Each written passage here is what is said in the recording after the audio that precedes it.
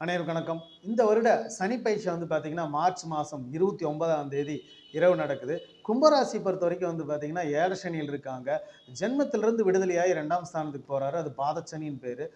விரயங்கள் பார்த்தீங்கன்னா, அதிக அளவுல இருக்கும். அலைச்சல்கள் அதிக அளவுல இருக்கும். என்ன வருமானங்கள் நமக்கு அதிகம் வந்தாலும் கூட, விரயங்கள் அப்படிங்கிறது பார்த்தீங்கன்னா, 2 மடங்குகள் இருந்துகிட்டே தான் இருக்க போகுது. அதேமாரி வீடு, வாகனங்கள், இருப்பிடங்கள், இடங்கள் அதை சார்ந்து கடன்கள் வர்றதோ, அல்லது அதை ஆல்ட்ரேஷன் பண்றதோ, அதனால பார்த்தீங்கன்னா, விரயங்கள் ஏற்படுறதோ இருக்க போகுது. அதே மாரி கல்வியில பார்த்தீங்கன்னா, ஒரு பிரச்சனை இல்லைன்னா, அதுல இடமாற்றம் செய்யறது, உயர்கல்வியானது அதுல ஒரு சோதனை, அதை ஒரு இடப்பயிற்சி செய்யறது, இந்த மாரி எல்லாம் பார்த்தீங்கன்னா, வரக்கூடிய காலகட்டம். பயணங்கள் அதிகரிக்கும். அலைச்சல்கள் பார்த்தீங்கன்னா, அதிகரிக்கக்கூடிய காலகட்டம். அதே மாரி மருத்துவ செலவினங்களும் பார்த்தீங்கன்னா, அதிகரிக்கக்கூடியதா இருக்கும். கால் சம்பந்தப்பட்ட வலிகள் பார்த்தீங்கன்னா, அதுல பிரச்சனைகள் வந்துகிட்டே இருக்கும்.